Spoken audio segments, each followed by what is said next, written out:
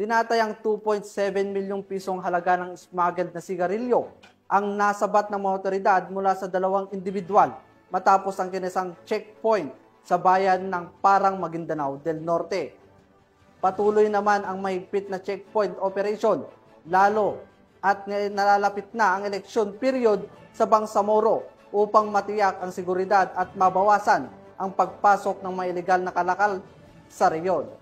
Narito ang report ni Patrolwoman Mary Chris Algabre.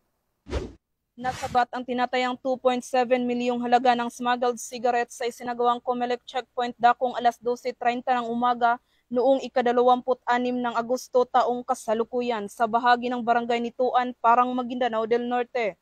Kinilala ni Police Major Radzack Esmosa, Chief of Police ng Parang Municipal Police Station, ang mga naarestong suspect na sina alias Ben, 45 anyos, residente ng Hulusulu, at alias Roland, 47 anyos at residente ng Ipil, Zamboanga, Sibugay.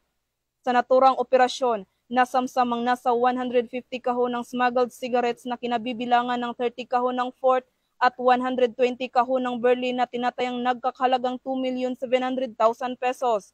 Nabigo ang mga suspect na magpakita ng kaukulang dokumento para sa kanilang kargamento, dahilan upang agad silang arestuhin sa paglabag sa Republic Act 10863 o Anti-Smuggling Act at Republic Act 10643 o Graphic Health Warning Law. Ang mga suspect ay kasalukuyang nasa kustudiya ng Parang Municipal Police Station habang ang mga nakumpiskang kontrabando ay na-turn over na sa Bureau of Customs para sa tamang disposisyon. Ang operasyong ito ay bahagi ng kampanya kontra smuggling. Hinimok ng kapulisan ng publiko na makipagtulungan sa pagbibigay ng impormasyon at tiniyak na magpapatuloy ang operasyon para sa ligtas at maayos na kalakalan sa Bangsamoro. Mula rito sa rehiyon ng Bangsamoro, ako ang inyong Police News Network Correspondent, Patrolwoman Mary Chris Algabre, alagad ng batas, tagataguyod ng balitang pulis.